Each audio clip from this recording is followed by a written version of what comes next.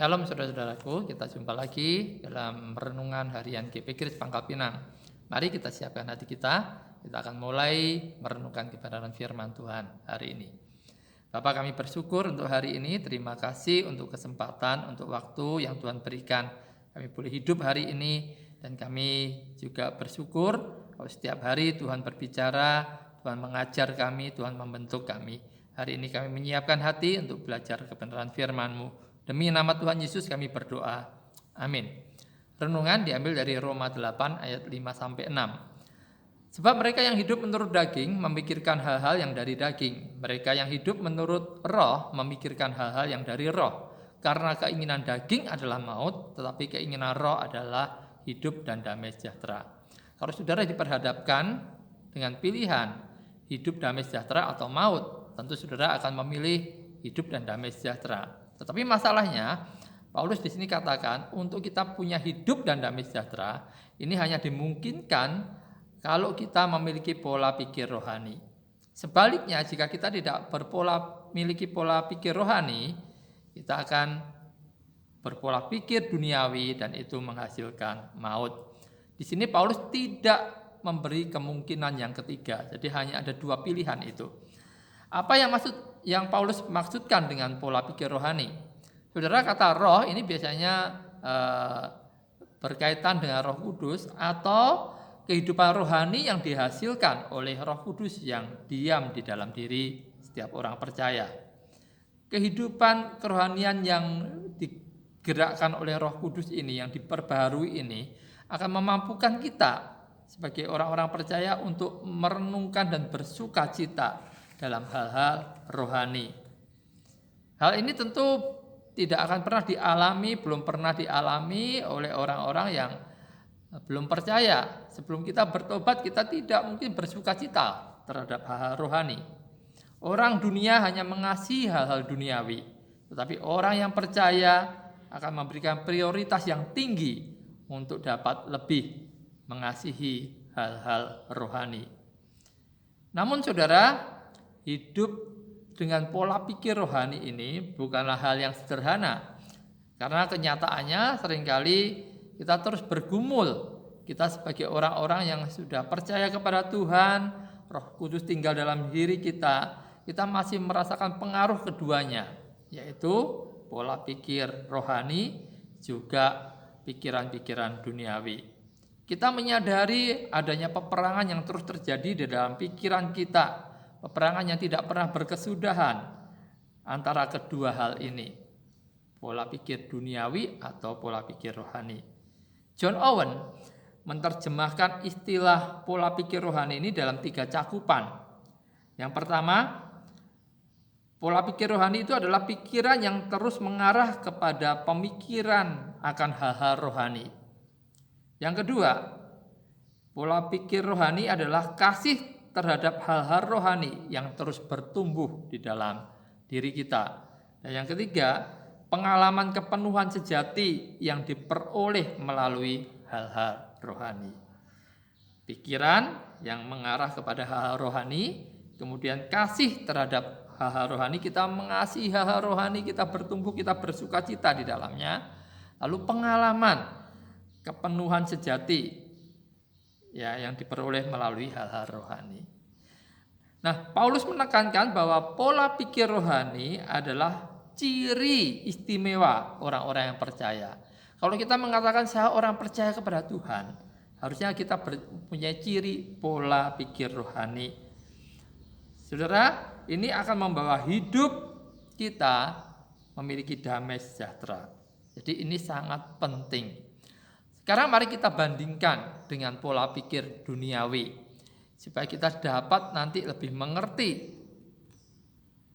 bagaimana pola pikir rohani itu. Di dalam 1 Yohanes 2 ayat 16 dikatakan, sebab semua yang ada di dalam dunia, yaitu keinginan daging dan keinginan mata serta keangkuhan hidup, bukanlah berasal dari Bapa, melainkan dari dunia. Keinginan daging, keinginan mata, keangkuhan hidup. Bukankah kita melihat bahwa semua hal ini diberikan, dimiliki oleh orang-orang yang tidak percaya? Haus kekayaan, haus kekuasaan, haus jabatan yang tidak pernah terpuaskan. Bukankah hal ini mirip seperti kutukan? Padahal kita lihat bahwa pada akhirnya semua hal itu akan binasa. Semua yang ada di dalam dunia ini bersifat fana. Orang-orang yang berpola pikir duniawi memiliki kecintaan akan hal-hal duniawi yang sangat menguasai pikiran mereka. Tidak ada kasih akan hal-hal rohani dalam diri mereka. Allah yang kekal, Yesus yang datang untuk menyelamatkan, justru hal-hal ini ditolaknya. Saudara, perbandingan ini kiranya dapat menolong kita agar kita dapat lebih menghargai nilai dari suatu pola pikir rohani. Waspadalah saudara, karena kadangkala kita dapat tergoda untuk mencintai hal-hal duniawi. Hal itu akan mengakibatkan kerohanian kita menjadi tidak sehat, tidak bertumbuh, dan kita tidak akan memiliki damai sejahtera dari Allah. Yang damai sejahtera ini merupakan buah dari kerohanian yang sehat. Kalau kerohanian kita sakit, damai sejahtera dari Allah ini tidak mungkin kita miliki.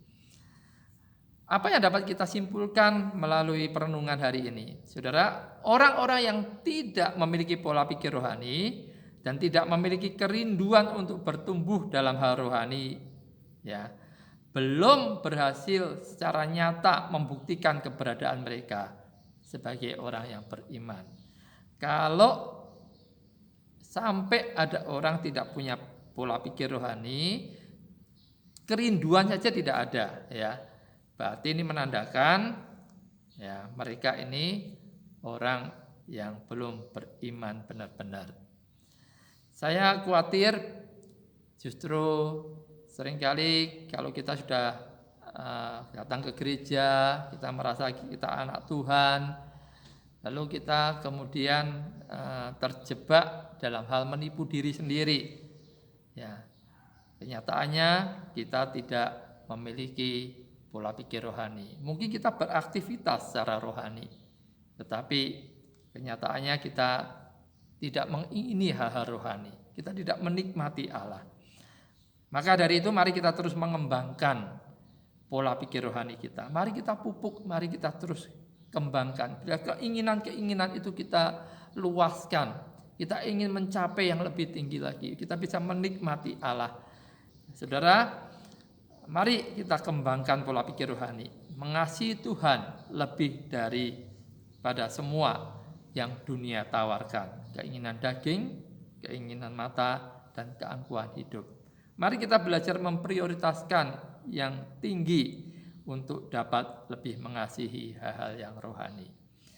Minggu depan dan beberapa minggu kemudian kita akan terus melanjutkan mengenai topik ini. Kita akhiri renungan ini. Mari kita berdoa. Bapa, kami bersyukur untuk kebenaran firman-Mu yang boleh kami renungkan hari ini. Tolonglah kami, kalau kami sudah mengaku percaya kepada Engkau, biarlah Roh Kudus Engkau memperbaharui seluruh hidup kami, pikiran kami, sehingga kami punya pikiran rohani. Kami berpola pikir rohani, kami menyukai hal-hal rohani, bahkan kami ingin bertumbuh dan kami ingin mencapai yang tertinggi. Biarlah Tuhan tolong supaya kami tidak terjebak, kami tidak menipu diri kami sendiri. Seringkali kami justru sebagai orang-orang yang mengaku percaya, tapi pikiran kami masih penuh dengan pikiran duniawi. Tolong kami, Tuhan, ubahkan kami. Berkati seluruh umat-Mu sepanjang hari ini. Demi nama Tuhan Yesus, kami berdoa. Amin. Sampai jumpa, Tuhan memberkati.